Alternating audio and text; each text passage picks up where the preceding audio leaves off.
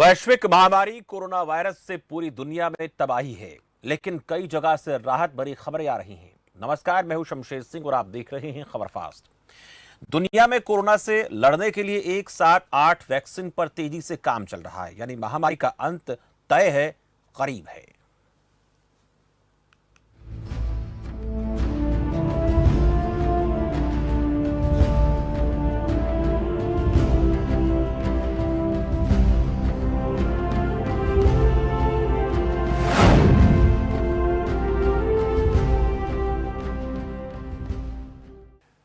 तो दुनिया में कोरोना से लड़ने के लिए एक साथ 8 वैक्सीन पर तेजी से काम चल रहा है। सोमवार को जहां अमेरिका से मॉडर्ना कंपनी के वैक्सीन के इंसानी ट्रायल में सफल होने की खबर आई और इस कड़ी में चीन के वैज्ञानिकों ने दावा किया कि उन्होंने एक ऐसी दवा बनाई है जिससे कोरोना वायरस को खत्म किया जा सकता है। चीन की एक प्रयोगशाला में इसे तैयार किया जा रहा है। इनका यह मानना है कि इस दवा से कोरोना वायरस को फैलने से रोका जा सकता है। शोधकर्ताओं ने कहा कि चीन के प्रतिष्ठित पेकिंग विश्वविद्यालय में वैज्ञानिकों द्वारा एक दवा का परीक्षण किया गया है। यह दवा न केवल संक्रमित व्यक्ति के ठीक होने की अवधि को कम कर देती है, बल्कि एक छोटी अवधि के लिए वायरस के खिलाफ प्रतिरक्षा भी तैयार करती है। ब्रिटेन की बात करें तो वहां पर भी ऑक्सफोर्ड वैक्सीन पर जो है वो काम कर रहा है। सबसे ज्यादा चर्चा में रहा यह वैक्सीन, जो बंदरों पर ट्रायल में बहुत अच्छे नतीजे नहीं दे सका, इससे ये निराशा जरूर देखने को मिली। वह इस वैक्सीन को तैयार करने में चंपाजी से मिले एडिनो वायरस का इस्तेमाल इस पर किया जा रहा है। पहले चरण में रिसस मकाऊ बंदरों पर अच्छे नतीजे मिलने के बाद इसका ह्यूमन ट्रायल भी शुरू हो गया, लेकिन इस बीच बंदरों के कोरोना पॉजिटिव मिलने की खबर ने चिंता बढ़ा दी। हालांकि ये तमाम जगह पर जिस तरह से रिसर्च चल रही है, उससे ये तो हम कह सकते हैं कि बहुत जल्द जो है कोरोना की वैक्सीन तैयार होगी। हालांकि तैयार करने की बात कही जा रही है। हम आपको बता दें कि अगर मैं अमेरिका की बात करूं तो अमेरिका की एक कंपनी की तरफ से कहा गया कि दवा तैयार हो चुकी है, लेकिन उसका फाइनल जो चरण है वो होना बाकी है। और उस फाइनल चरण में जब तीसरे चरण में जुलाई में उसका जब मानवों के ऊपर परीक्षण किया जाएगा, तब कहीं ना कहीं यह फाइनल हो पाएगा कि जो ट्रायल है वो सफल हो गया। लेकिन अब तक के नतीजे जो निकले हैं मॉडर्ना कंपनी के, उनसे यह कहा जा रहा है कि यह वैक्सीन जो है वाकई में बहुत कारगर साबित हो रही है। ब्रिटेन की तरफ से भी वैक्सीन बनाने का दावा किया जा रहा है। इस कड़ी में अगर चीन, ब्रिटेन, अमेरिका और इसके साथ साथ इजराइल जैसे देशों की बात करें तो उनकी तरफ से यह कहा जा रहा है कि हमने वैक्सीन बना ली है, लेकिन इसके अंतिम चरण में नहीं पहुंच पाए हैं। लेकिन इस उम्मीद के साथ कि आने वाले दिनों में जो कोरोना का संकट जो है जिस तरह से गहराता चला जा रहा है, उस कोरोना संकट से निपटने में ये दवाएं जो है, ये वैक्सीन जो है वो कारगर साबित होंगी। इजराइल ने भी ये कहा है कि उन्होंने वैक्सीन बना ली है, वैक्सीन बनाने का दावा किया है। IFBR ने कोरोना का वैक्सीन तैयार किया, ये इजराइल की तरफ से कहा गया है और खुद इजराइल के रक्षा मंत्री ने इसकी घोषणा की थी। तो बहुत से ऐसे देश हैं जहां पर युद्ध स्तर पर काम चल रहा है, लेकिन अभी तक यही बात सामने आ रही है कि इसकी वैक्सीन जो है वो लगभग तैयार हो चुकी है, बहुत जल्द जो है वो मार्केट में आएगी। लेकिन उसमें वक्त की जहां तक बात है तो वो कितना लगेगा, ये अभी सवाल लोगों के दिलों में बना हुआ है। क्योंकि जिस तरह से कोरोना संक्रमण लगातार बढ़ रहा है, उससे हम ये कह सकते हैं कि लोग चिंतित हैं। और इस चिंता की घड़ी में ऐसी जो खबरें आती हैं, खबर फास्ट आपको बता दे कि ऐसी जो खबरें आती हैं वो लोगों को राहत देती हैं, सुकून देती हैं। अक्सर हम देखते हैं कि किसी भी वैक्सीन को तैयार होने में कई साल लग जाते हैं, लेकिन जिस तरह से वैश्विक संकट ही आया है, इस संकट की घड़ी में लगातार कोशिश कर रही हैं अलग अलग कंपनियां, अलग अलग देशों में। भारत की तरफ से भी कोशिश लगातार जारी है और उससे ये जरूर मानकर चल सकते हैं कि इस साल के आखिर तक वैक्सीन बनकर तैयार हो सकती। लेकिन जब तक वो आ ना जाए तैयार होकर पूरे तरीके से सभी ट्रायल से गुजरकर, तब तक ये नहीं कहा जा सकता कि वैक्सीन बन चुकी है। लेकिन अभी जो रात की खबर आई है वो ये है कि कुछ कंपनियों की तरफ से दावा किया गया है कि इनके नतीजे बहुत सही और सटीक आ रहे हैं। उनकी जो स्वास्थ्य जांच बाद में की जाती है इस वैक्सीन के बाद, तो वो बहुत पॉजिटिव रिस्पांस दे रही है। इसलिए लोगों में इस उम्मीद के साथ अब लोगों को एक राहत नजर आ रही है कि बहुत जल्द ये वैक्सीन मार्केट में आएंगे। लेकिन तब तक बहुत ज्यादा एहतियात बरतने की जरूरत है। हम आज के इस कार्यक्रम में यह भी जानने की कोशिश करेंगे कि आयुर्वेद की तरफ से किस प्रकार की कोशिशें की जा रही हैं, आयुर्वेद कितना महत्वपूर्ण हो सकता है, कितना कारगर हो सकता है, ये भी हम समझेंगे आज के कार्यक्रम में। क्योंकि आयुर्वेद जो है वो एक हमारी प्राचीन पद्धति रही है हिंदुस्तान की। उस प्राचीन पद्धति के आधार पर बहुत से ऐसे वायरस हैं जिनसे निपटने में पहले भी कामयाबी मिली है। तो कोरोना के इस संकट से निपटने में आयुर्वेद कितना कारगर रहेगा, कितना सफल रहेगा, ये भी हम समझेंगे और ये भी जानने की कोशिश करेंगे कि आयुर्वेद के अलावा होम्योपैथी एक अलग पैथी है। उस पैथी में भी ये माना जा रहा है कि उस पैथी के द्वारा भी जो है आर्सेनिक एल्बम 30 जो दवा हम देते हैं उससे उसके परिणाम सही आते हैं। लेकिन ये कितनी सही बातें हैं, कितनी सच्ची बातें हैं, ये भी हम समझेंगे। आज हमारे इस पैनल में कुछ डॉक्टर जुड़ेंगे, डॉक्टर से हम बातचीत करेंगे, तो तमाम बातों को एक एक करके आप तक लेकर आएंगे।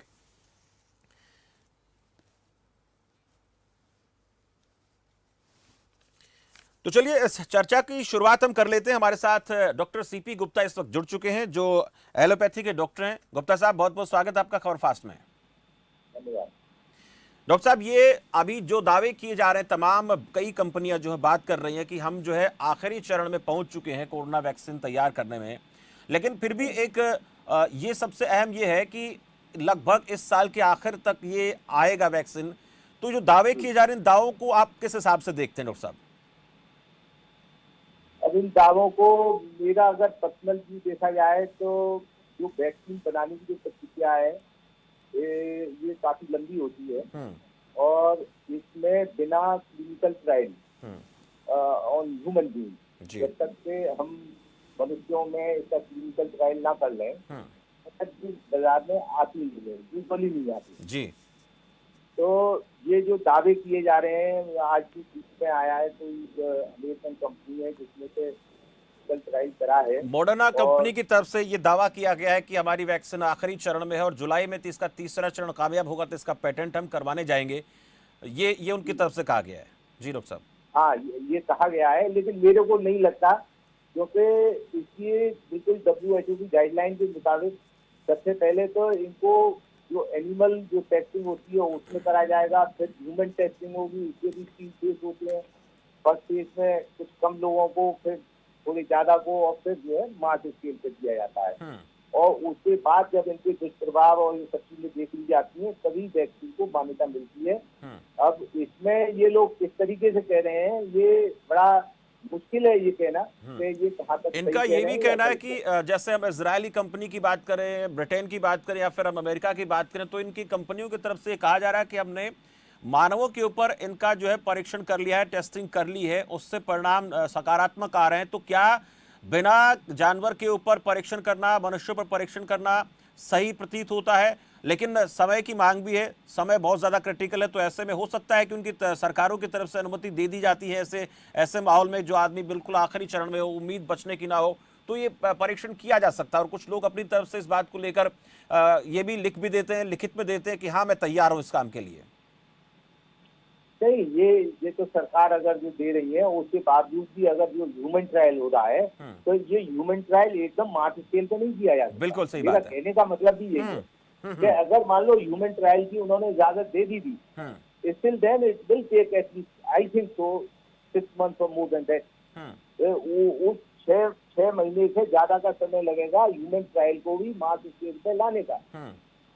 तो अगर मान लो हम आज जो है मई में इस बात का दावा कर रहे हैं तो इसमें मैं नहीं समझता कि नवंबर दिसंबर के बीच में भी आएगी। तो उनकी बात भी अगर हम मान भी लें तो जो ह्यूमन ट्रायल किया जा रहा है, जिसको आज वैक्सीनेशन किया जा रहा है, तो ये तो है नहीं कि उसका 10 या 15 दिन में हम उसका एक आकलन कर लें, उसकी स्टडी कर लें कि ये सही है कि नहीं है।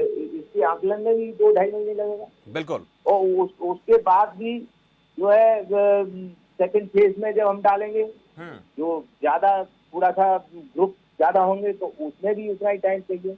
तो ये कहना के साथ बहुत जल्दी आ जाएगा, ये तो संभव नहीं है। और जो वायरोलॉजिस्ट हैं जो इस चीज को कर रहे हैं, उनकी भी ओपिनियन स्पष्ट है कि ये जो वैक्सीनेशन का जो प्रोग्राम होता है it needs to take more than 1 year।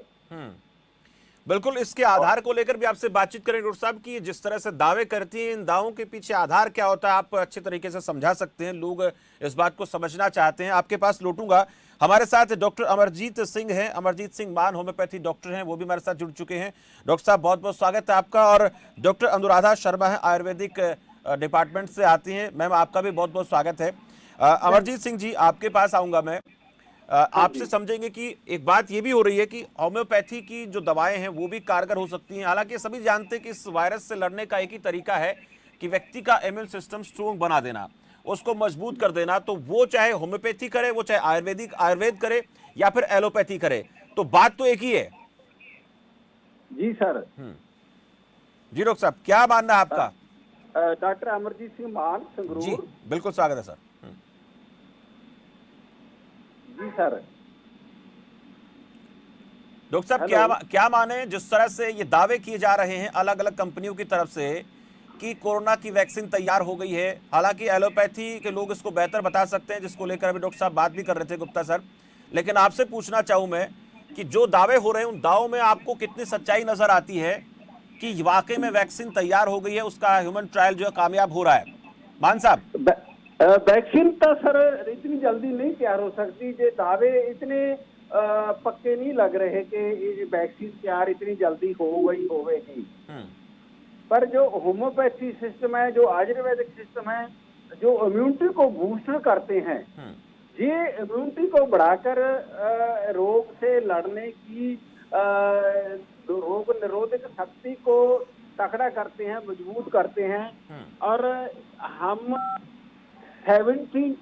17 अप्रैल को हेल्थ मिनिस्टर पंजाब को मिले थे और उन्होंने 28 अप्रैल 28 अप्रैल को एक एडवाइजरी जारी कर दी थी पंजाब सरकार दे होम्योपैथी विभाग वालों के होम्योपैथी मेडिसिन आरसेनिक एल्बम, जिसने ਜਿਹੜੇ ਸਾਰੇ ਲੱਛਣ ਨੇ, ਸਿੰਪਟਮਸ ਨੇ, ਉਹ ਕੋਰੋਨਾ ਦੇ ਸਿੰਪਟਮਸ ਨਾਲ ਰਲਦੇ ਨੇ, ਮਿਲਦੇ ਜੁਲਦੇ ਨੇ।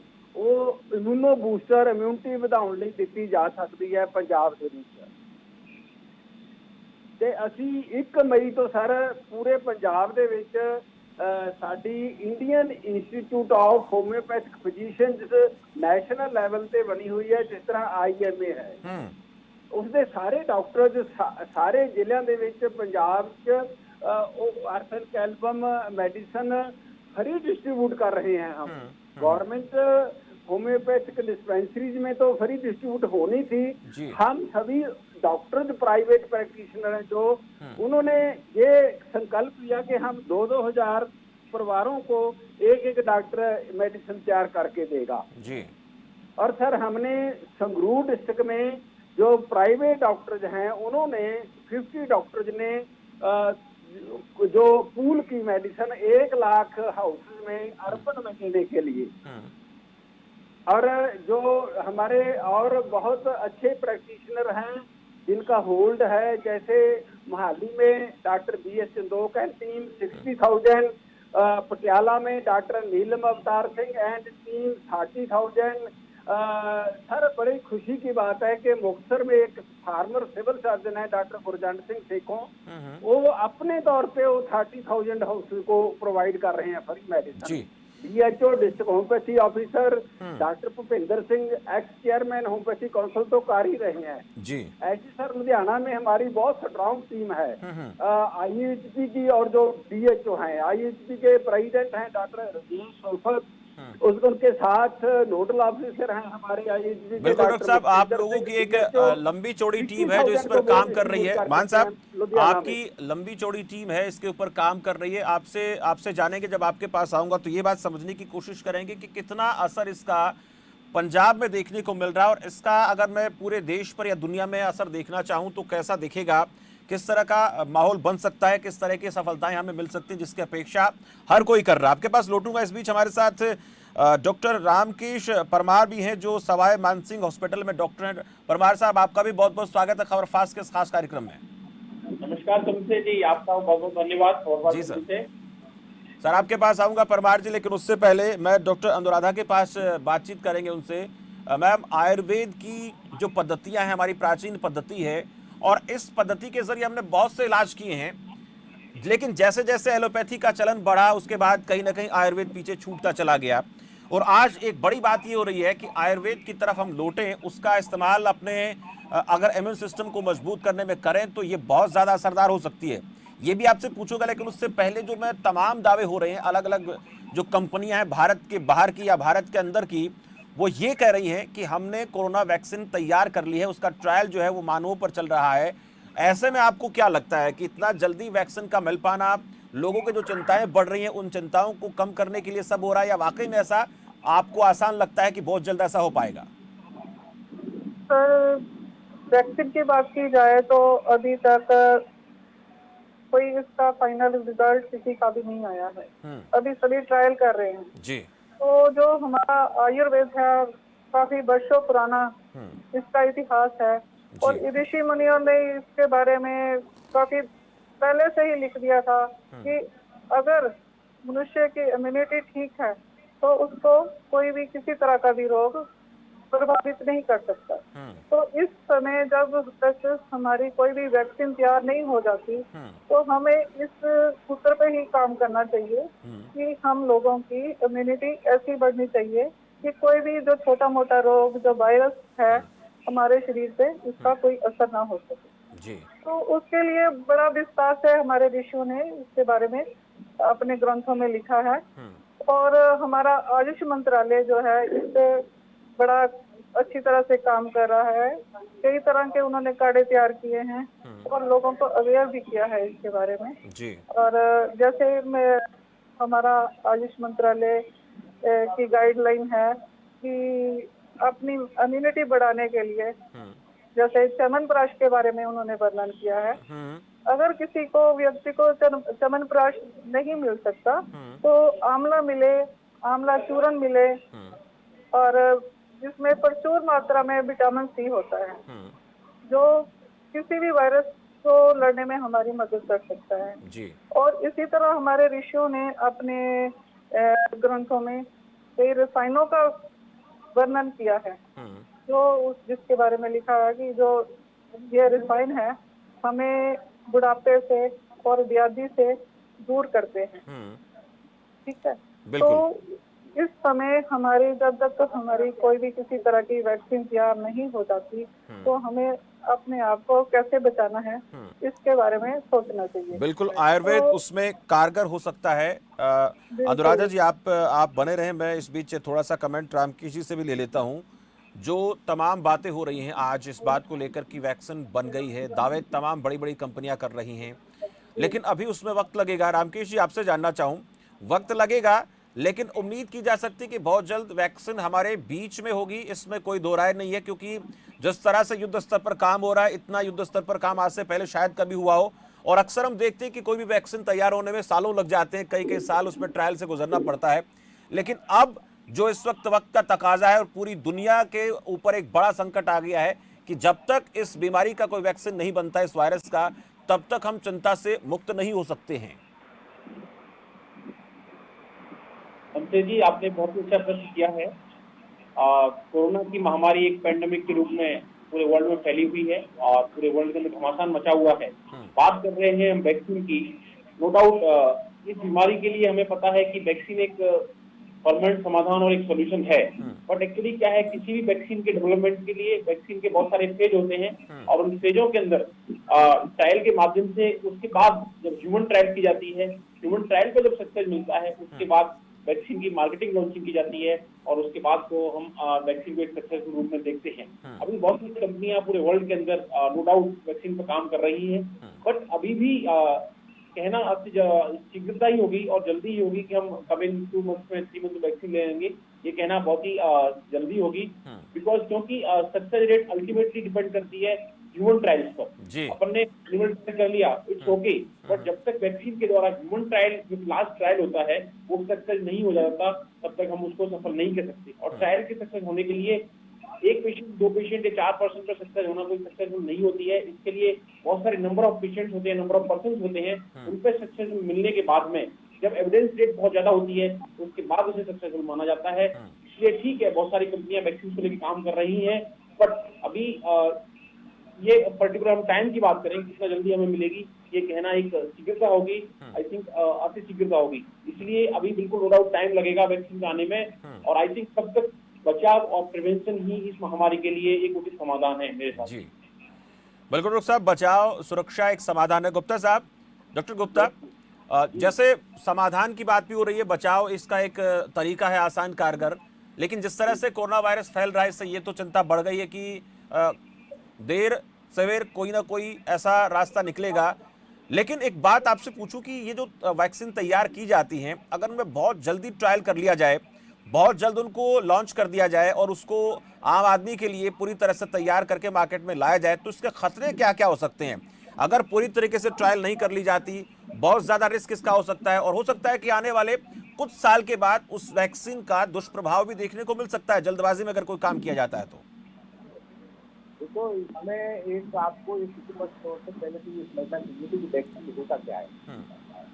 वैक्सीन जो है ना, जो विषाणु या कीटाणु जिसके अगेंस्ट में, जिस बीमारी के अगेंस्ट में हमको जो बनाना है, जैसे टिटनस वैक्सीन है या कोई वैक्सीन, पोलियो वैक्सीन है, तो इसके जो पोलियो जैसे वायरस है, जो वायरस है या जो बैक्टीरिया से पैदा होने वाली बीमारियां हैं, तो उनके जो अंश है उनको हम इस तरीके से कुछ मिला करके जो कि हमारे शरीर को नुकसान ना पहुंचा सकें, हम उस शरीर में हम डालते हैं। जैसे टिटनस किया है तो टिटनस बैसिलाई हम जो है इंजेक्ट करें जी। अब ये टिटनस बैसिलाई हमारे शरीर में टिटनस के अगेंस्ट में एंटीबॉडी बना के तैयार रहता है, ठीक है।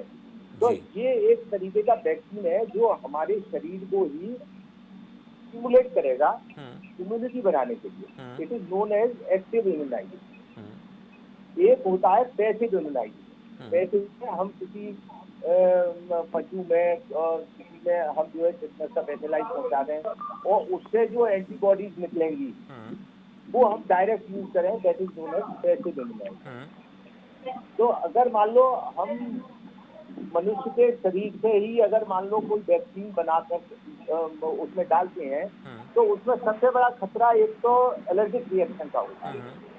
जो प्रोटीन जो हम डाल रहे हैं वो जो प्रोटीन है वो हमारी प्रोटीन से मिल रही है या नहीं मिल रही, तो ये सबसे बड़ा खतरा होता है। और इसलिए बहुत जरूरी है ह्यूमन ट्रायल करना। जो डॉक्टर साहब ने बताया अभी, ह्यूमन ट्रायल इज मस्ट। और कोई ये नहीं है कि एक छोटे से ग्रुप में झुंड में करना है और उसकी जो स्थिति आएगी जब भी करना है। तो इसका सबसे बड़ा दुष्प्रभाव तो ये है कि ये जो है इस बीमारी में जो इम्यूनिटी पैदा करने के चक्कर में इससे एलर्जी ना हो जाए। जो दूसरा ये है कि कहीं ये बीमारी को प्रेसिपिटेट ना कर दे अपने आप में। तो ये जो बिना ट्रायल के ये नहीं हो सकता, ठीक है। तो इससे दुष्प्रभाव तो बहुत जरूरी ये है कि अगर मान लो किसी पैसिव इम्यूनिटी हम दे रहे हैं तो पैसिव इम्यूनिटी के लिए तो हमको पहले टेस्ट करना पड़ेगा जब क्या करते हैं हमें देना जी। और एक्टिव के लिए तो हमको इस विषाणु को बहुत ढीला करके या इसके किसी पार्ट को जो पूरे के पूरे विषाणु को ना दे सकें, किसी उसके पार्ट एक पोस्ट प्रोटीन ले ली उसको इंजेक्ट करें, उसके देखें ट्रायल देखें, एनिमल में देखें तो उसकी एंटीबॉडी बननी है या नहीं बननी। तो ये सब चीजें हैं, ये एक बहुत बड़ा सब्जेक्ट है। और इसमें जो वैक्सीनेशन है, वैक्सीन बनाने के लिए बड़ी बड़ी कंपनियां जैसे बताया गया कि बहुत काम कर रही हैं, लेकिन ये इतनी जल्दी नहीं बन सकता, वक्त लगता है। मान साहब, क्या होम्योपैथी में भी ऐसा होता है क्या कि कुछ दवाएं अगर हम तैयार करते हैं तो उनको ट्रायल के तौर पर रखा जाता है? अक्सर हम देखते हैं कि होम्योपैथी में कहा जाता है कि लंबा वक्त लगता है इलाज होने में, ऐसी बातें निकल कर आती हैं, इसलिए बहुत ज्यादा लोग आज होम्योपैथी के प्रति ज्यादा आकर्षित नहीं है। लेकिन जैसे जैसे वक्त बदल रहा है वैसे वैसे सारी चीजें बदल भी रही है, तो क्या होम्योपैथी में भी ऐसे रिसर्च होती है, ऐसे काम होते हैं कि इस तरह की दवाएं तैयार करने में रिसर्च करनी पड़ती है, उसमें भी वक्त लगता है? नहीं सर, होम्योपैथी में अब ऐसी बात नहीं कि टाइम लगता है। जैसे जो हमारी आर्सेनिक एल्बम जो मेडिसिन हम दे रहे हैं इम्यूनो बूस्टर, ये तो तुरंत काम करती है। इसमें पेशेंट चाहते जी है कि carry desire to be fast, कि फास्टेस्ट मेरी रिकवरी हो और उतनी ही इसकी स्पीड है ठीक करने की।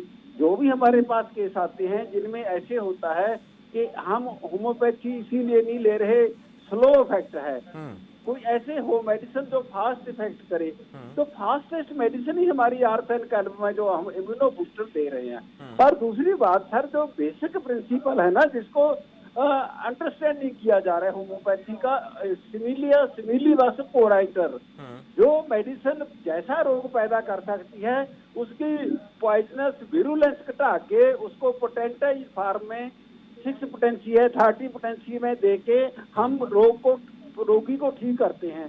तो ऐसी जो वैक्सीनेशन थ्योरी है, इम्यूनाइजेशन थ्योरी है, उसमें वो पोलियो ड्रॉप्स 3 दिन पिलाते हैं, हम देख रहे हैं। हम ऐसे कहते हैं कि हमारी भी आर्सेनिक एल्बम 3 दिन देनी है, और वो तो बेसिक प्रिंसिपल होम्योपैथी का ही है जो सर इम्यूनाइजेशन में जैसे कह लें कि मॉडर्न साइंस ने लेकर पहले स्मॉल पॉक्स खत्म की, अब पोलियो खत्म कर रहे हैं, पर होम्योपैथी को अंडरस्टैंड नहीं किया जा रहा कि ये बेसिक सिविलियस प्रेंटर जो डॉक्टर हैनीमैन ने दिया था, जहर को मारती है। अब जो वैक्सीन तैयार करेंगे वो इसी वायरस से तैयार करेंगे ना, इसकी वायरुलेंस पावर घटा के, और वो जहर को जहर ही मारती है। हमारा प्रिंसिपल क्यों नहीं मान लेती WHO, जहाँ पूरे वर्ल्ड में क्यों नहीं मान लेते कि होम्योपैथी तो बहुत इफेक्टिव है। अच्छा, आप लोग होम्योपैथी की जब दवाएं वितरित करते हैं तो क्या वो पहले अगर ले ली जाए बिना इस वायरस के संक्रमण से हम संक्रमित हुए, तो उससे पहले अगर ले लेते तो वो कितने लंबे वक्त तक असर करती हैं?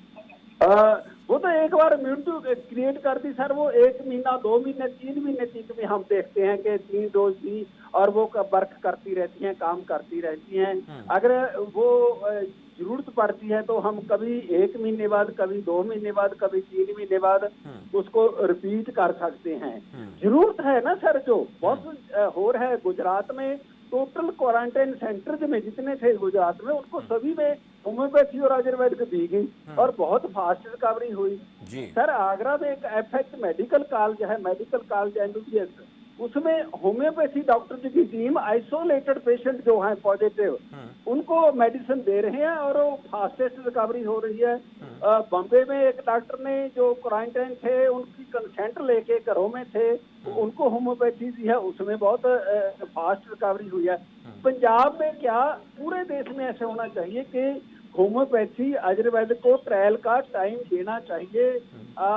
एलोपैथी में कोई जब वैक्सीनेशन अभी तैयार नहीं हुई, ये बात अंडरस्टैंड पंजाब गवर्नमेंट भी नहीं कर रही। हम अपील कर रहे हैं कि हमें क्वारंटाइन और इवन आइसोलेशन में पेशेंट दें, हम उनको ट्रीट करके आपको रिजल्ट दिखाएंगे।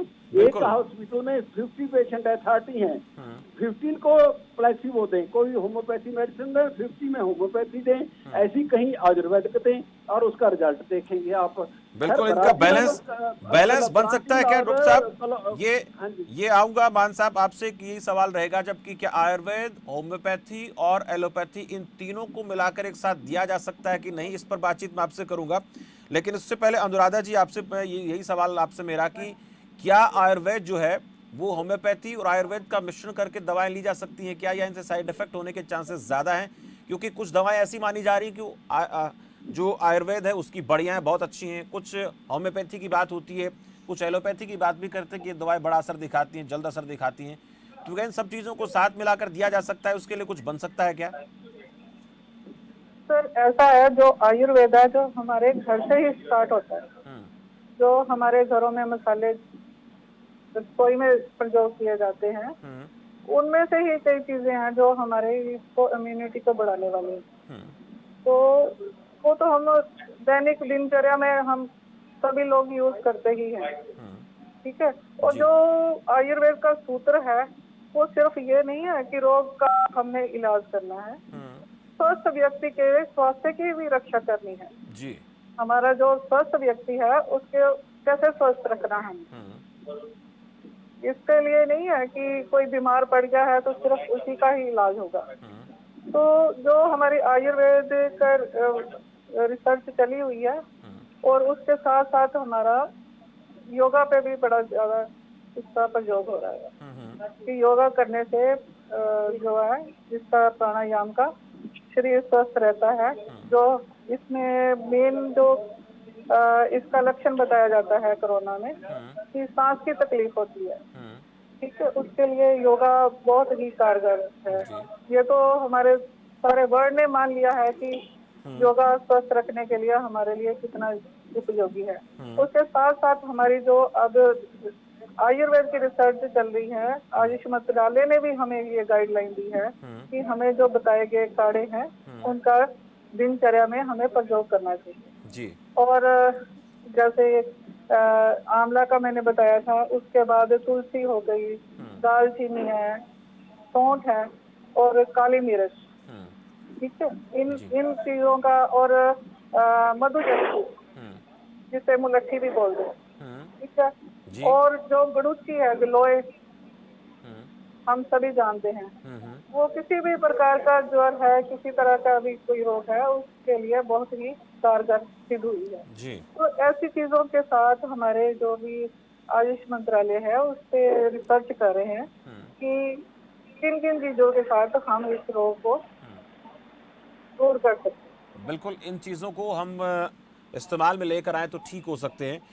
हाँ जी। गुप्ता साहब, ये अभी जो आयुर्वेद की बात हुई, होम्योपैथी की बात हुई, आयुर्वेद तो हम जानते हैं कि हमारे घर में जितनी भी चीज़ें हम इस्तेमाल में लेकर आते हैं उन सब का एक मिश्रण होता है। चाहे हल्दी की बात कर लें, हाँ गाय जी। के घी की बात करें, इसके साथ साथ और भी तमाम, अदरक है, नींबू है, लहसुन है, तमाम चीज़ें जिनका हम इस्तेमाल करते हैं घर में, वो हमें कारगर भी होती हैं।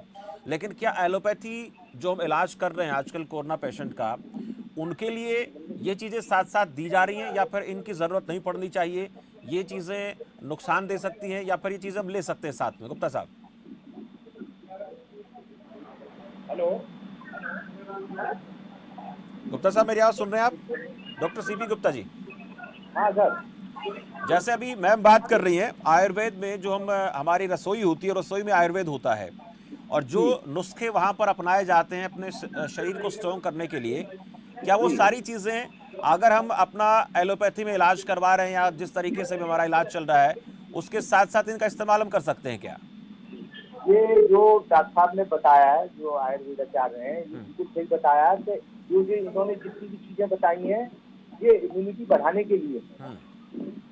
तो जो इम्यूनिटी अगर हमारी बढ़ेगी तो हमें प्रतिरोधक क्षमता, जो इम्यूनिटी है वो ज्यादा होगी, और there will be less chances of getting infected by corona virus और एनी अदर डिजीज। किसी भी बीमारी से लड़ने के लिए हमारे पास में शक्ति होगी। अब इसके इलाज के मामले में तो इलाज एक अलग चीज है, ये इम्यूनिटी एक अलग चीज है। Immunity is just for the sake of prevention. और इलाज जब अगर मान लो इन्फेक्टेड आदमी हो गया तो उसका इलाज एज सच कोई हमारे पास में एंटीवायरल मेडिसिन नहीं है। तो हम लोग अभी इसी चीज पे हैं कि हमारी जो प्रिवेंटिव चीजें हैं वो स्ट्रॉन्ग हो, और उसके लिए आवश्यक क्या है कि जो आदमी है, जो व्यक्ति है, जो हमारी पॉपुलेशन है, जो जनसंख्या है, वो ये समझे इस चीज को कि हम इससे कैसे बच सकते हैं, और इसमें बहुत चीजें जो भ्रामक चीजें हैं उनको हटा करके उसको सब चीजें क्रिस्टल क्लियर होनी चाहिए। इसमें मैं दो तीन चीजें आप लोगों को बताना चाहता हूँ कि एक तो होता है कॉन्टेक्ट टाइम। आदमी डरे नहीं। कॉन्टेक्ट टाइम का मतलब है जिस टाइम वो टाइम चला जाता है कि मैं किसी कोरोना पेशेंट के संग में कितनी देर तक रहूं जिससे कि मेरे ये चांसेस हो जाए कि मेरे को कोरोना हो जाए। सपोज करो कि मैं एक व्यक्ति हूँ, मैं एक काम करें कोरोना वाले मरीज से मिल रहा हूँ, सपोज करो। अगर मैं मान लो 5 मिनट अगर उससे बात कर रहा हूँ और सोशल डिस्टेंस मेंटेन किए हो रहा हूँ तो मेरे को कोरोना होने के चांसेस नहीं है। तो कॉन्टेक्ट टाइम एक मिनिमम टाइम है जिसको कि हम लोगों ने कैलकुलेट कराए, एंड इट इज 30 मिनट। अगर हम 30 मिनट तक एक कोरोना वाले पेशेंट के संग में सोशल डिस्टेंसिंग के संग में विद ऑल प्रिकॉशन मास्क लगा करके हम बात करें उससे, और हम 30 मिनट के अंदर अंदर उसको हट जाएं, हम डॉक्टर हैं, अगर मान लो हम अपने मरीजों को देख रहे हैं 5-5 10 मिनट में उनको देख करके हम हटा दें तो हम लोगों को कोरोना होने के चांसेस कम।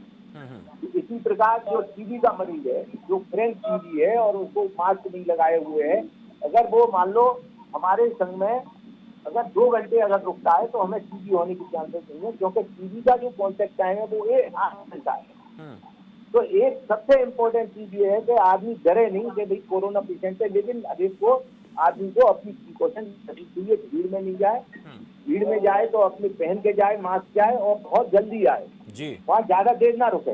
तो सबसे इम्पोर्टेंट चीज है अपने आप को ये सोच करके चलना है कि भाई हर एक आदमी, भीड़ में कितने आदमी होंगे उनको कोरोना हो सकता है, तो भीड़ से बचाव है। तो एक तो कॉन्टेक्ट टाइम का ध्यान रखें। दूसरा है कि इंक्यूबेशन पीरियड। इंक्यूबेशन पीरियड वो पीरियड होता है कि वायरस है मेरे अंदर और पहला सिम्टम हम मेरे को दिखा तो उसको हम इंक्यूबेशन पीरियड कहते हैं। ये 14 दिन का होता है। तो अगर मान लो मेरे को अगर कोई ऐसा सिम्टम दिखता है जो मेरे को लगता है कि वायरस हो सकता है, तो मेरे को अपने आप को आइसोलेट करना है, अपने घर वालों से दूर रहना है, एक कमरे में ही मेंटेन रखना है। प्रिवेंशन इस तरीके से हुआ। जी ठीक है तीसरी डॉक्टर साहब। चीज ये है क्या, अच्छा सर, आऊंगा डॉक्टर साहब आपके पास भी इस बीच। मैं थोड़ी सी बातचीत रामकेश जी से भी कर लेता हूँ। रामकेश जी, आप लोग तो लगातार जो कोरोना पेशेंट आते हैं उनका लगातार इलाज कर रहे हैं अपने अस्पताल में। सवाई मानसिंह अस्पताल में ऐसे बड़ी तादाद में मरीज आते हैं, तो उनमें जो लक्षण नज़र आते हैं या फिर जो बहुत ज़्यादा गंभीर होते हैं, तो उनमें जो आप लोग दवाओं का इस्तेमाल करते हैं, क्या उसमें आयुर्वेद भी होता है, क्या उसमें होम्योपैथी भी होती है, या फिर आप लोग एलोपैथी के जरिए इलाज करते हैं और उसमें ज़्यादातर किन चीज़ों का इस्तेमाल किया जाता है? बिल्कुल शमशेर जी, आपने बहुत ही अच्छा प्रश्न किया है। राजस्थान प्रदेश के सवाई मानसिंह हॉस्पिटल, जो कि नॉर्थ इंडिया का बहुत ही बड़ा अस्पताल है, और हमारे यहाँ पर राजस्थान प्रदेश के अंदर लगभग 3,000 पेशेंट हमारे यहाँ से ट्रीट होकर जा चुके हैं। मैं आपको बताना चाहता हूँ कि जो लक्षणों की हम बात करें कोरोना को लेकर के, तो इसके लिए पेशेंट एसिम्प्टोमेटिक, मरीज को कोई सिम्टम नहीं है, उससे लेकर के और इवन मरीज की मृत्यु तक के सिम्टम्स, इवन ऐसे पेशेंट भी मिले हैं जिनकी से बिना कोई सिम्टम के मृत्यु हो गई है, और उसके बाद हमने टेस्ट किया है तो पेशेंट पॉजिटिव आया है। यानी कि कोई सिम्टम नहीं है और एकदम से सडन डेथ भी कर रहा है कोरोना। इस तरह के लक्षण हमें मिले हैं। कॉमन जो लक्षण है, बुखार, खांसी, गले में दर्द, सांस में तकलीफ, छाती में निमोनिया, ये तो होते ही हैं। इसके साथ साथ मैं आपको बताना चाहता हूँ, ऐसे लोग जिनकी इम्यूनिटी कमजोर थी, जो सबसे हमें एक पॉइंट मिला है, कहीं न कहीं एक होप है, ऐसे लोग जिनकी इम्यूनिटी वीक है और जो क्रॉनिक बीमारियों से ग्रसित हैं, लाइक डायबिटीज है, हाइपरटेंशन है, कार्डियक पेशेंट है, कैंसर पेशेंट है, अस्थमा है, चेस्ट के इन्फेक्शन है, पुरानी टीबी है और इम्यूनोसप्रेशन दवाइयां चल रही हैं, उन लोगों के अंदर इस कोरोना ने एक बहुत बड़ी विकट रूप की समस्या उत्पन्न करी और एक ज्यादा डैमेज रूप में प्रेजेंट करता है। तो मरीज को निमोनिया और सांस की तकलीफ होती है, और कहीं न कहीं इस तरह के पेशेंट सीवियर बीमारी से प्रेजेंट करते हैं, क्रिटिकल इलनेस में आते हैं। तो आपने जो प्रश्न किया कि जो मरीज सीवियर मरीज हैं, कहीं न कहीं मैं आपको बताना चाहता हूँ कि कोरोना के लिए हमारे पास अभी एंटी कोरोना कोई मेडिसिन नहीं है। इवन एलोपैथी के अंदर भी जो मेडिसिन हम यूज कर रहे हैं, चाहे बात करें हाइड्रोक्सीक्लोरोक्विन की, चाहे हम बात करें एजिथ्रोमाइसिन की, चाहे हम बात करें लोपिनाविर रिटोनाविर कॉम्बिनेशन की, चाहे हम बात करें रेमडेसिविर की, चाहे हम बात करें टोसिलिजुमैब की, या फिर हम बात करें प्लाज्मा थेरेपी की, तो ये सारी जो मैंने आपको चीजें बताई हैं, कहीं न कहीं सीरियस पेशेंट के इलाज में यूज की जा रही है। बट ये सारी जो दवाइयां हैं वो ये प्रिवेंटिव मॉडलिटी है, ये एंटीवायरल नहीं है। आप समझ रहे बात को? कहीं न कहीं जो वायरस के कारण जो बॉडी में डैमेज हो रहा है, उस डैमेज को ये कम करते हैं और कहीं न कहीं रिकवरी में सपोर्ट करते हैं। बॉडी जो रिकवर होती है उसमें चीजें सपोर्ट करती हैं, बट ये एंटीवायरल प्रॉपर्टी नहीं रखती है। दूसरी बात मैं आपको बताना चाहता हूँ, जब हमारे पास मरीज आता है तो मरीज हमें 3 कैटेगरी में मोस्टली मिलता है। या तो मरीज को कोई सिम्टम नहीं होगा, उस तरह के मरीज को हम अपने अस्पताल में आइसोलेट कर देते हैं, या फिर मरीज को छोटे मोटे सिम्टम्स होते हैं, खांसी, जुकाम, बुखार, उस तरह के मरीज को हम आइसोलेट करके एजिथ्रोमाइसिन, हाइड्रोक्सीक्लोरोक्विन देते हैं और ऑब्जर्व करते हैं। तीसरी कैटेगरी जो मरीज आते हैं, बहुत सीवियर मरीज होते हैं, उन मरीजों को हम आईसीयू के अंदर रखते हैं। इमरजेंसी आईसीयू के अंदर उनको रखने के बाद में रेगुलर हम उन्हें सपोर्टिव ट्रीटमेंट देते हैं। लाइक अगर पेशेंट को सांस की तकलीफ है तो उसको ऑक्सीजन पे लिया जाता है। इसके अलावा निमोनिया को रोकने के लिए हमें कई बार सेकेंडरी इन्फेक्शन नहीं हो पेशेंट के अंदर, एंटीबायोटिक्स यूज करते हैं। इसके साथ साथ जहां जहां ट्रायल चल रहे हैं उस ट्रायल के हिसाब से हम azithromycin, hydroxychloroquine, लोपिनाविर, ritonavir combination use करते हैं। और जब कभी हमें नीड पड़ती है, जो कि रेयर फीचर है, अभी कई पेशेंट, इवन हमारे यहाँ पर लगभग 4 से 5 मरीजों को हम प्लाज्मा थेरेपी के सपोर्ट के माध्यम से भी रिकवरी में सहयोग कर रहे हैं। इस तरह के जो मैंने आपको ट्रीटमेंट मॉडलिटी जो बताई है, ये सीरियस मरीज के रिकवरी में सहयोग करती हैं, साथ साथ पेशेंट के और बॉडी की उसकी इम्यूनिटी भी उसको बूस्ट करती है और उसके बाद पेशेंट रिकवर होते हैं। तो ये जो मॉडलिटी है, चाहे हम बात करें एजिथ्रोमाइसिन की या हाइड्रोक्सीक्लोरोक्विन की, प्लाज्मा थेरेपी की, टोसिलिजुमैब कॉम्बिनेशन की, रेमडेसिविर जो कि एफडीए ने अप्रूव किया है, या हमारे इंडिया के अंदर हमारे हॉस्पिटल में पहले हमने जैसे लोपिनाविर, रिटोनाविर कॉम्बिनेशन यूज किया था, इस तरह के ट्रीटमेंट प्लान या सपोर्टिव जो मेजर हैं, कहीं न कहीं एंटीवायरल या वायरस के डैमेज होने की। डॉक्टर साहब, आपने एक बीच में जिक्र किया कि ऐसे भी पेशेंट हमारे पास आते हैं जिनकी कोरोना के चलते डेथ हो जाती है, लेकिन उसकी रिपोर्ट जब आती है, जब पता नहीं होता शुरू में कोरोना है उसको, ऐसे भी कुछ मामले आए हैं सामने, उसके पीछे? मैं आपको बताना चाहता हूँ, आपने बहुत अच्छा प्रश्न किया है। हाँ। इवन हमारे 4 पेशेंट हमारे यहाँ पर हमारे राजस्थान में इस तरह के हमें मिले। एक पेशेंट हमारी इमरजेंसी में आया, पेशेंट बहुत इवन हमारा अस्पताल का गार्ड था, he was the security person of our SMS hospital, और तो देखते हैं ड्यूटी पे आता है, पेशेंट को खड़ा खड़ा कोलैप्स हो जाता है पेशेंट, और पेशेंट को आईसीयू में लेते हैं, कुछ टाइम बाद पेशेंट की डेथ हो जाती है। बट इसके उसके बाद हम उसका सैंपल भेज देते हैं और सैंपल भेजने का after 24 hour we get sample was positive, right. एक और यंग पेशेंट साथ में इलाके से हमारे पास कावटिया हॉस्पिटल के अंदर आता है, वहां से पेशेंट को एसएमएस हॉस्पिटल रेफर किया जाता है, within 1 hour patient expire हो जाता है कोलैप्स होने के बाद में, और हम टेस्ट करते हैं तो पेशेंट का पॉजिटिव आ रहा है। अच्छा, उसमें क्या चीजें नजर आई जिसके चलते सांस लेने में तकलीफ हो रही थी उनको, या अचानक से हार्ट में कोई दिक्कत हुई, या कुछ और वजह देखी जिसके चलते डेथ हो जाती है? एग्जैक्ट कारण अभी हमें इसका हम कारण कहना थोड़ा मुश्किल होगा भाई एग्जैक्ट क्या कारण था, बट कहीं ना कहीं इस तरह से कि अंडरलाइन जो कोरोना का इन्फेक्शन उसको हुआ, इनिशियली वाज एसिम्प्टोमेटिक, बट उसने एकदम से बॉडी के अंदर इतना डैमेज कर दिया कि बॉडी का जो ऑक्सीजन लेवल है वो एकदम से कम हो गया, उसके कारण हाइपोक्सिया हुआ और हाइपोक्सिया के कारण उसकी बॉडी कोलैप्स कर गई, इस तरह का माना जा रहा है। और इवन इसको हैप्पी हाइपोक्सिया करके सिंड्रोम का नाम भी दिया जा रहा है इस तरह को। तो कहीं ना कहीं सडन डेथ और सडन कोलैप्स के केसेस भी मिल रहे हैं, इसमें भी रिसर्च चल रही है, क्या एग्जैक्ट कारण होगा, क्या हम कह सकते हैं, वो कहीं ना कहीं उसको एक्सप्लेन करने में टाइम लगेगा, पर इस तरह के केस भी मिल रहे हैं समझे। बिल्कुल, इस तरह के जो केसेस आते हैं बहुत ज़्यादा चिंता उसमें हो जाती है, बढ़ जाती है। डॉक्टर गुप्ता आपसे जैसे अभी रामकेश जी बात कर रहे हैं कि ऐसे भी पेशेंट सामने आते हैं, वो बहुत ज़्यादा चिंताजनक है। हालांकि इन पेशेंट की जो संख्या होती है बहुत कम होती है, उसमें क्या ये भी हो सकता है कि लोगों को किसी प्रकार का ऐसा स्ट्रोक आया हो कि ये तेरे अंदर ये कोरोना संक्रमित आ गया है, तू संक्रमित हो गया है, और उसके चलते कहीं ना कहीं वो बहुत ज़्यादा टेंशन में आ गया हो, ये भी कारण हो सकता है क्या, या फिर इस बात को लेकर भी कुछ नहीं कहा जा सकता? ऐसा है कि डिप्रेशन तो होता ही है, छोटे मोटे अगर इन्फेक्शन हो जाता है दिमाग वहीं जाता है तो मेरे को कोरोना नहीं हो गया, पहली चीज। दूसरी चीज ये है कि ये जो कोरोना वायरस है ये पल्मोनरी सिस्टम को तो अफेक्ट करता ही है, एक्यूट रेस्पिरेटरी डिस्ट्रेस सिंड्रोम होता है जिसकी वजह से सांस फूलती है और जाता है। इसमें ये भी देखा गया है कि ये कार्डियक मसल्स को भी कार्डियोमायोपैथी करता है, तो जो हार्ट अटैक टाइप बीमारियां हैं वो जो होते हैं वो भी इससे संबंधित हो सकती है। तो कहने का मतलब ये है कि अभी ये जो हमारा कोरोना वायरस है इसके बारे में जो स्टडीज चल रही हैं इसमें काफी अच्छी स्टडीज चल रही हैं, और इसके जो क्या क्या कारण हो सकते हैं डेथ के और क्या क्या इसकी पैथोलॉजी है इसके बारे में डिस्कस चल रहा है, सब चीजें चल रही हैं जी। और इसमें जो हमारे अंदर जो इम्यूनिटी आ रही है वो आनी चाहिए, क्योंकि आने वाले समय में कोरोना के संग ही रहना है। तो कोरोना के संग से रहने के लिए हमको हमारी पब्लिक को सामुदायिक इम्यूनिटी, प्रतिरोधक क्षमता जिसको पे हम हर्ड इम्यूनिटी कहते हैं, झुंडों में इसकी इम्यूनिटी, झुंडों में हमारी एंटीबॉडीज बनेंगी इस वायरस के अगेंस्ट में, जब जाकर के ये वायरस रहेगा और हमें इस वायरस से कहीं रहना पड़ेगा। यानी ये कह सकते हैं कि धीरे धीरे शरीर भी अपने आप को उस तरीके से ढाल लेता है, चाहे वायरस जैसे सर्दी जुकाम खांसी कई बार ये भी बहुत ज्यादा घातक होते हैं, लेकिन हमारे शरीर उनके अनुसार ढल गया है। नहीं ढलेगा, and it will take at least 1.5 years, 1.5 साल में बनेगा। It is what is known as herd immunity, इसी को तो हम सामुदायिक प्रतिरोधक क्षमता कहते हैं जी। और ये कुछ दिनों बाद ये ऐसा हो जाएगा जैसे इन्फ्लुएंजा है या ये अब ये जो हम लॉकडाउन कर रहे हैं ये के एक कार्य हैं, ये it is not a sort of A treatment, ये जो है ये है कि ये फैले नहीं, अगर ये फैल गया और कम्युनिटी स्प्रेड हो गया लॉकडाउन का कोई फायदा नहीं है। अब तो ये सरकार भी कहने लगी है, सरकार को जो सलाह देने वाले लोग हैं वो भी कह रहे हैं कि हमें कोरोना को नहीं रहना है, और उसके लिए जरूरी ये है कि हमारे जो व्यक्ति विशेष है, जनता है, उसके अंदर इम्यूनिटी आए, और इम्यूनिटी आए तो वो रेगुलर अपने खाने पीने का और ध्यान रखें, एक्सरसाइज करें और दिमाग में पॉजिटिव थिंकिंग आए, और प्रिवेंटिव एस्पेक्ट जैसे मैंने बताए हैं वो एस्पेक्ट रखें और उसको डरे नहीं, मुकाबला करें, डरे नहीं, उससे मुकाबला करें। मुकाबला करने से ही जंग जीती जा सकती है। मान साहब, डरना नहीं है, मुकाबला करना है, और जितना ज्यादा बेहतरी के साथ इसके साथ मुकाबला करेंगे तो जीत जाएंगे।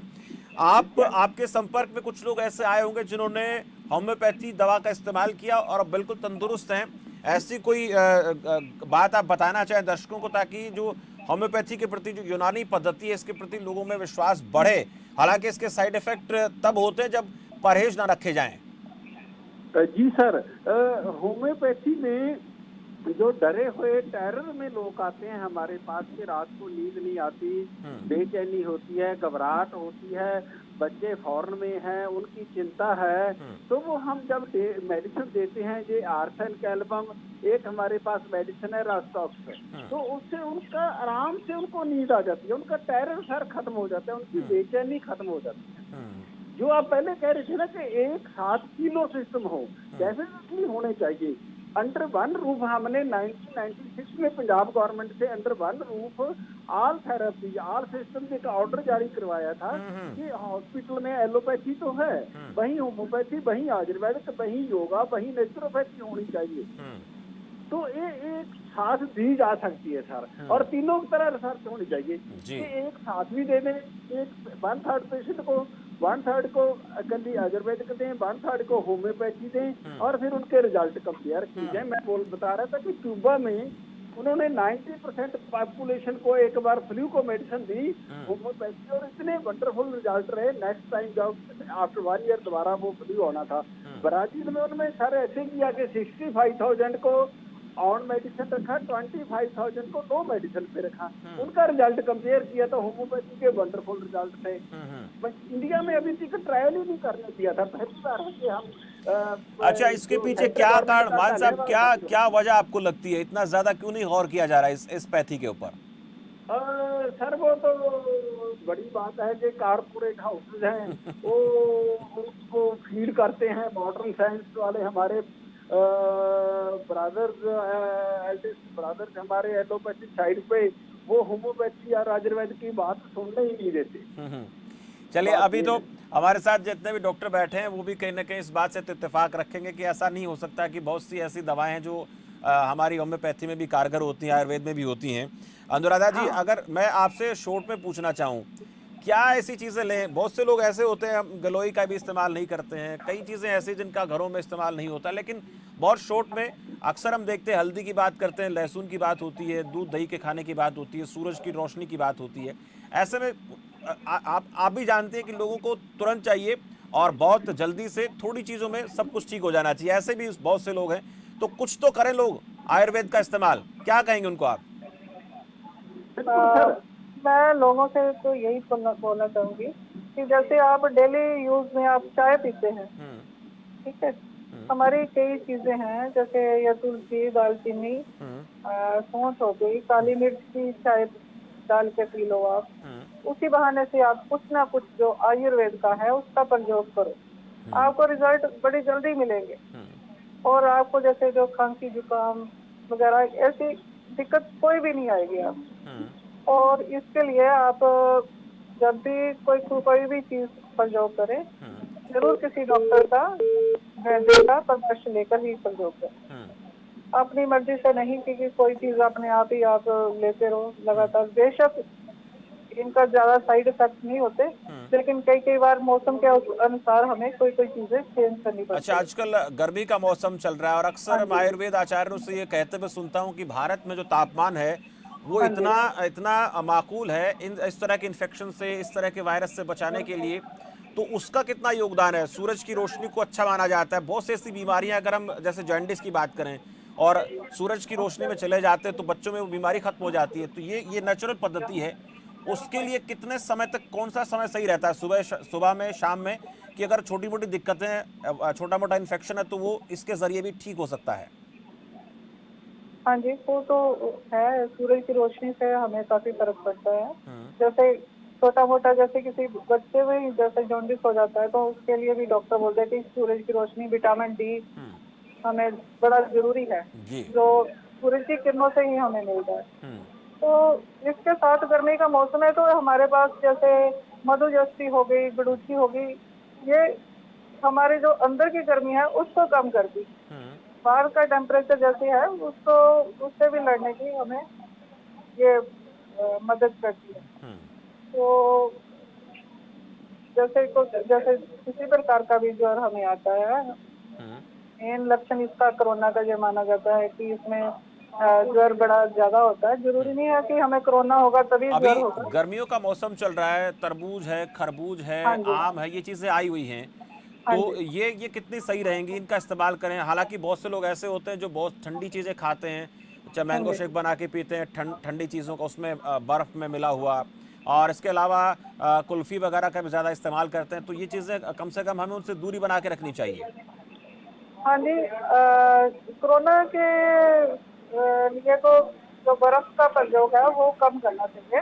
हमें जितना ज्यादा हो सके कि पानी जो नॉर्मल टेम्परेचर का है वही प्रयोग करना चाहिए। फ्रिज वगैरह का जो पानी है हमें नहीं पीना चाहिए। नींबू पानी पिए, खूब सारा पिए पानी, लेकिन उसको ये नहीं है कि बर्फ डाल के हम फ्रिज का ठंडा पानी पिए।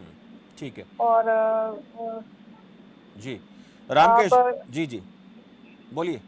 हाँ जी, तरबूज वगैरह आप खा सकते हो, इसमें पानी की काफी मात्रा होती है जो हमें गर्मी से बचाने में मदद करता है। ठीक है।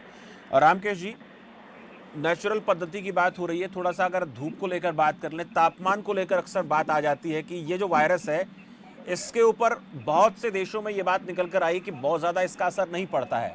लेकिन ये तो हम कह ही सकते हैं कि अगर ये वायरस हमारे ऊपर इफेक्ट अभी इसने नहीं किया है तो कम से कम अंदर से हम इतने ताकतवर तो हो ही सकते हैं कि सूरज की रोशनी में रहें तो कुछ हमें उसका फायदा मिल सकता है। खासकर भारत जैसे देश में तो ये बहुत ज़्यादा आजकल इन दिनों में देखने को मिल रहा है। बिल्कुल, एक्चुअली देखो टेम्परेचर के बारे में बहुत सारी रिसर्च हुई है और कहीं से लोकल टेम्परेचर की हम बात करें 37, 35, 42, यहाँ पर जो रिसर्च है एक्चुअली क्या है कि वो यूरोपियन कंट्रीज की हैं तो 22, 25 की बात करते हैं लोग। इसमें तो कोई डिफरेंस नहीं मिला, बट पर्सनली आई फील, मेरा मानना है कहीं ना कहीं जिस तरह से भारत देश के अंदर 35 degree centigrade 40 degree centigrade temperature जाता है, इसके कारण से क्या है कि नो डाउट पब्लिक अपने आप में सोशल डिस्टेंसिंग में आती है। जब बाहर टेम्परेचर ज्यादा होगा तो लोग बाहर नहीं निकलेंगे, कहीं ना कहीं उसका बेनिफिट मिलता ही है। दूसरी चीज क्या है कि डायरेक्ट सनलाइट, सूर्य की जो यूवी किरणें हैं वो कहीं ना कहीं एक तो बॉडी के अंदर विटामिन डी को बढ़ाती है जिससे बॉडी की इम्यूनिटी बढ़ती है। इसके साथ साथ डायरेक्ट सूर्य की किरणों से भी कीटाणु कहीं ना कहीं इनके नंबर कम होते हैं, इसका पॉजिटिव बेनिफिट मिलेगा।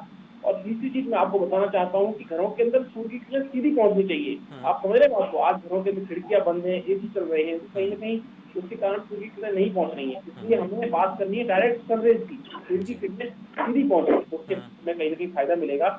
बात कर रहे हैं प्रिवेंटिव मेजर्स की, नो डाउट, चाहे वो होम्योपैथी हो, एलोपैथी हो या कोई भी चीज हो, जो बात करते हैं ये होम्योपैथी है, यूनानी पद्धति है या इम्यूनिटी बूस्टर्स की बात करते हैं या इम्यूनिटी बढ़ाते हैं, तो इम्यूनिटी जब हमारी बढ़ेगी तो कहीं ना कहीं हमें कोरोना से लड़ने में, हमारी बॉडी फाइट करने में मदद करेगी। दूसरी चीज ये है कि तो मेन जो चीज आती है कहीं ना कहीं कोरोना को लेकर के, वो 3 चीजें हैं, उनका ध्यान रखना बहुत जरूरी है। और आपके चैनल के माध्यम से मैं आपको कुछ संदेश देना चाहता हूँ। नंबर 1, आप कहीं भी जाएं फेस मास्क का उपयोग जरूर करें। अगर आपके सामने पेशेंट बैठा हुआ है, आप बैठे फेस मास्क लगाकर बैठे हैं, आपके बीच में सोशल डिस्टेंस है, तो कहीं ना कहीं इन्फेक्शन रेट बहुत कम हो जाती है, 1% से भी कम हो जाती है। सोशल डिस्टेंस बनाए रखें, फेस मास्क का उपयोग करें और हाथों की सफाई। आप कहीं भी अन्य जगह पे जा रहे हैं, आपको लगता है टच हो गया है, तो अपने हाथों को जरूर साफ करें। इस तरह की चीजों के माध्यम से और सावधानी बरतें और खान पान का ध्यान रखें, हम इस लड़ाई को लड़ेंगे और हम विजयी होंगे, ऐसा मेरा मानना है एक मेडिकल एक्सपर्ट होने के नाते। जी चलिए, बहुत बहुत आभार डॉक्टर अमरजीत सिंह मान जी, आपका बहुत बहुत शुक्रिया हमारे साथ बातचीत के लिए। डॉक्टर अनुराधा जी, आपका भी बहुत बहुत शुक्रिया। और डॉक्टर रामकेश जी, बहुत बहुत धन्यवाद आपका। डॉक्टर CP गुप्ता जी, आपका भी बहुत बहुत शुक्रिया हमारे साथ इस खास चर्चा में जुड़ने के लिए, बातचीत के लिए। और आज जो बात ये हो रही थी कि कोरोना की वैक्सीन को लेकर जो तमाम दावे किए जा रहे हैं उनमें सच्चाई कितनी। हालांकि ह्यूमन ट्रायल की बात कई देश कर रहे हैं और इस संकट के दौर में ये सही है कि ह्यूमन ट्रायल करना आपात के दौर में कहीं ना कहीं ठीक भी है, और उसके कुछ जगहों पर परिणाम भी सकारात्मक मिले हैं, इसमें संदेह नहीं है। क्योंकि कोई भी कंपनी अगर इस तरह का दावा करती है तो वो इसी आधार पर दावा करेगी कि उसकी तरफ से चंद लोगों पर 20, 30, 50, 100 लोगों पर इसका ट्रायल किया गया होगा और उसके परिणाम सही उनको नजर आए होंगे। तो कोशिश जो दवा कंपनियां वो कर रही हैं और डॉक्टर्स की तरफ से जो हिदायतें रिसर्च के आधार पर उनको दी जा रही हैं कि ये आप कर सकते हैं, ये इस्तेमाल में लाई जा सकती हैं, तो उन दवाओं का जो रिजल्ट है वो पॉजिटिव आ रहा है। चाहे इजराइल है, अमेरिका है, ब्रिटेन है, तमाम कोशिशें हो रही हैं। लेकिन अभी तक ये तय कर पाना मुश्किल हो गया है कि क्या कोरोना की वैक्सीन बन चुकी है। हो सकता है बन गई हो, इसमें संदेह नहीं है, लेकिन जब तक उसके कई ट्रायल पास नहीं हो जाते हैं, कई सारे ट्रायल में वो पास नहीं हो जाती है वो वैक्सीन, तब तक उसको हम ये नहीं कह सकते कि कोरोना की वैक्सीन बन चुकी है। क्योंकि इस काम में सालों लग जाते हैं और अभी तो सिर्फ 4 या 5 महीने मैक्सिमम है जिसके ऊपर काम हो रहा है। और डॉक्टर्स का ये कहना है कि कोई भी वैक्सीन तैयार होने में 5 से 7 साल लग जाते हैं, लेकिन इस वैक्सीन के तैयार होने में कम वक्त लगने की बात इसलिए हो रही क्योंकि इसमें सिर्फ एक देश नहीं बल्कि तमाम जो मुल्कों की तमाम मुल्क जो उनके वैज्ञानिक जो हैं वो काम कर रहे हैं और आपस में मिलकर काम कर रहे हैं। तो ऐसे में जो काम की गति है वो बढ़ी हुई है और जब किसी भी काम की गति बढ़ती है तो फिर उसके परिणाम जो उस हिसाब से जल्दी भी आते हैं। यूनानी पद्धति की बात की हमने, होम्योपैथी की। होम्योपैथी में जो दवा जिसका नाम बताया आर्सेनिक एल्बम 30, वो इम्यून सिस्टम को मजबूत करती है। तो आप इसको डॉक्टर की सलाह के ऊपर आप इस दवा को ले सकते हैं पहले भी, और जो परहेज बताए जाते हो आप करें, क्योंकि जितना अंदर से हम स्ट्रोंग हो गए, हमारे शरीर जितना ताकतवर होगा उतना किसी भी वायरस से हम लड़ पाएंगे। आप इसका इस्तेमाल कर सकते हैं। दूसरी तरफ आयुर्वेद की बात करें तो आयुर्वेद वात, पित्त और कफ की बात करता है, जिसमें कोई भी बीमारी शरीर के अंदर इन तीनों चीजों की वजह से होती है, किसी में कम किसी में ज्यादा, तो उसको खत्म करने के लिए जो आयुर्वेद हमें सुझाता है उन चीजों का अगर हम शुरुआत कर लें, विटामिन डी की बात होती है, धूप की बात होती है, तो वो हमारी हड्डियों को मजबूत करता है, विटामिन डी हमारा अच्छा हो जाता है। इसके साथ साथ नींबू पानी की बात होती है, तरबूज खरबूज की बात होती है, और इसके साथ चाय जो हम पीते हैं उस चाय में जितनी भी हम नेचुरल चीजें डालते हैं वो हमारे लिए कारगर होती हैं। तो तमाम बातें जितनी भी आज के इस पैनल में हुई वो सारी की सारी सार्थक कही जाएंगी। हाँ, इतना हम कह सकते हैं कि इस कोरोना वैक्सीन को लेकर कोशिशें लगातार तमाम मुल्क कर रहे हैं, लेकिन उसमें भी थोड़ा वक्त और लगेगा। लेकिन जो अभी तक रिजल्ट आ रहे हैं वो बहुत अच्छे आ रहे हैं, इसलिए आपको निश्चिंत रहना चाहिए कि दुनिया के जो तमाम डॉक्टर हैं, जो मानवतावादी विचारधारा वाले लोग हैं, वो इस पर लगे हुए हैं और हमें थोड़ा इंतजार करना पड़ेगा। लेकिन तब तक सोशल डिस्टेंसिंग के मानकों का हमें पालन करना पड़ेगा। जो भी पद्धतियां, चाहे वो नेचुरल पद्धति है, यूनानी पद्धति है या इसके साथ साथ आयुर्वेद है, उसमें जो भी प्रिस्क्रिप्शन हमें दिए जाते हैं उनका हम पालन करें, फॉलो करें, तो हम इस वायरस से काफी हद तक बचे रह सकते हैं और हम अपने आप को सुरक्षित बना के रख सकते हैं। फिलहाल इस खास चर्चा में इतना ही। मुझे दीजिए इजाजत और आप देखते रहिए खबर फास्ट। नमस्कार।